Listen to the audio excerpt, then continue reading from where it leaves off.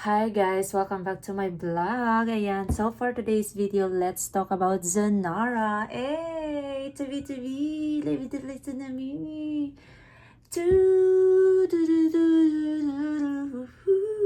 For today's video, it's not about SB19, it's about their babies. Yes, the Zanara's girls. Alam niyo guys, dati ko pa gustong gumawa ng vlog nung lumabas pa lang sila dun sa concert ng SB19 dun sa Wakas at Simula. Kasi kinikwento siya ng ate ko sa akin na ang galing daw, akala daw niya yung SB19 lang, tapos tinatanong niya sino daw yun. Tapos yun nga, nakwento ko sa kanya na yun yung first girl group na inilabas ng 1Z na under ng SB19. And hindi ko lang talaga siya magawa kasi alam nyo, ang busy ng babaeng ito at alam nyo, ang daming mga bagay na mas inuunan ni Panda. Pero ngayon guys, hindi ko to papalagpasin kasi day off ko ngayon and napanood ko yung debut nila. Sobrang galing nyo. Proud na proud ako sa 1Z, sa team na nag-training sa girls na yan. And talagang masasabi ko na walang tapon. Grabe. Ang gaganda nila. Ang tataas nila. Tapos ang gaganda ng katawan, ang gaganda ng boses, ang gagaling sumayaw. Susan ka pa, ang tatalino, ang gagaling mag-English.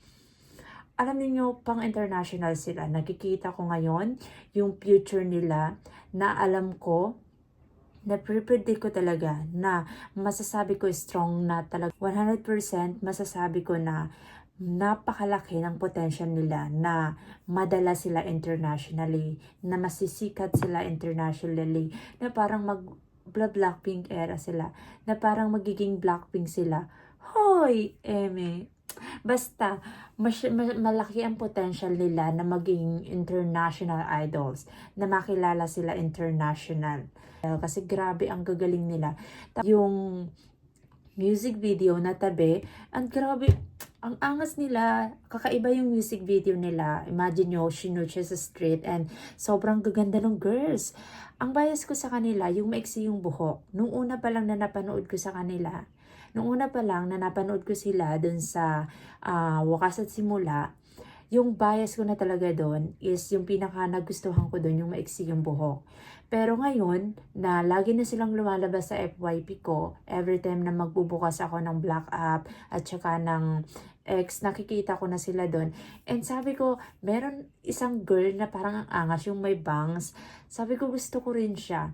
So since nag-uumpisa pa lang naman ako, pero gusto ko pa rin naman si maiksi ang buhok, si Eureka. Pero gusto ko rin si Megumi. Megumi ba yun? Basta yung maiksi ang buhok, yung may bangs, na half Japanese ba yun? Kanina ko lang nalaman na half Japanese siya. Tapos ang cute nilang magsalita. Basta nakukitan ako. Tapos yung part ng song nila doon, gustong-gusto ko yung lyrics, yung ang soft.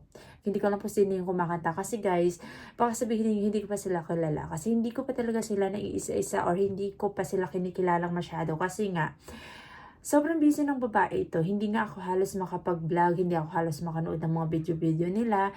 So, hindi ko pa talaga sila nakikilala lahat. Yung mga clip lang yung dumadaan sa akin ngayon.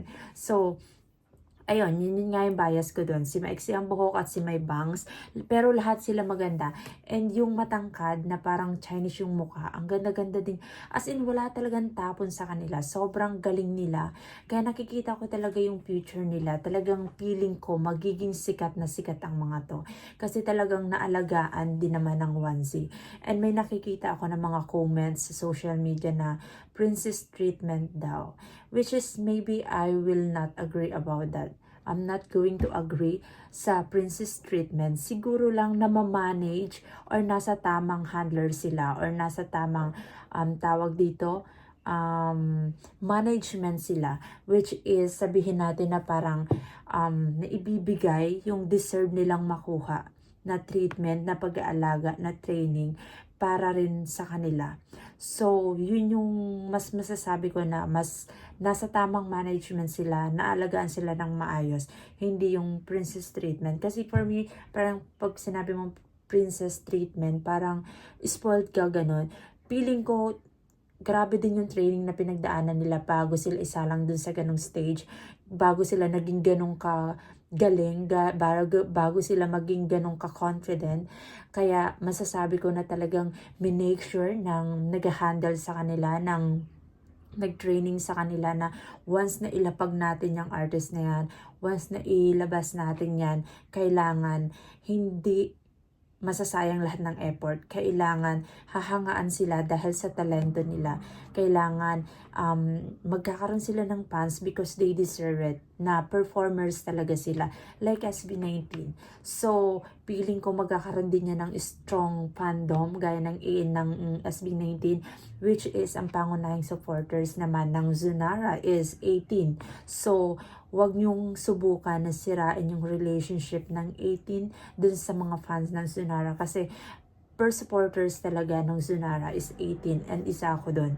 Kasi ako guys, SB19 lang ako and hindi lang naman Zunara yung i-stan ko. Meron din akong ini-stan na girl, yung J22, kasi nakita ko na sila and yung Yara nakita ko na din. Magagaling sila talaga. So, basically, obviously, nagustuhan ko yung J22. Yung J22, kasi talented sila at yung Yara kasi ang gagaling din talaga nila and talagang habang sumasayaw, stable yung vocal nila, stable yung pagkanta nila, sobrang na-amaze din ako sa kanila kaya parang support ko din talaga sila and mababait yung fans nila, especially yung Jet22.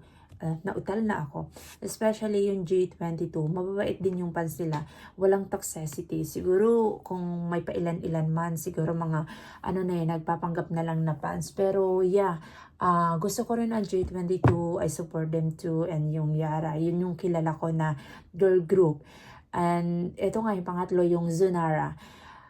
Ako kasi, mayroon kasing nagtatalo sa mga social media na kesyo ganito daw, let's establish Zunara, wag idikit sa 18. No, you can't avoid that. Kasi, gaya ng gusto ng 5 ng SB19, supportahan din ng 18 ng Zunara. Kasi, alam nyo na, baby sila ng SB19. And ako naman personally, kahit hindi ako sabihan ng, let's say, hindi sabihin ng SB19 na suportahan ng Zunara, isusuportahan ko sila kasi gusto ko yung pinaghirapan ng SB19, sinusuportahan ko din. Kasi gusto ko na masaya yung SB19 and lahat ng pinaghirapan nila is makikita nila talaga yung resulta na maayos.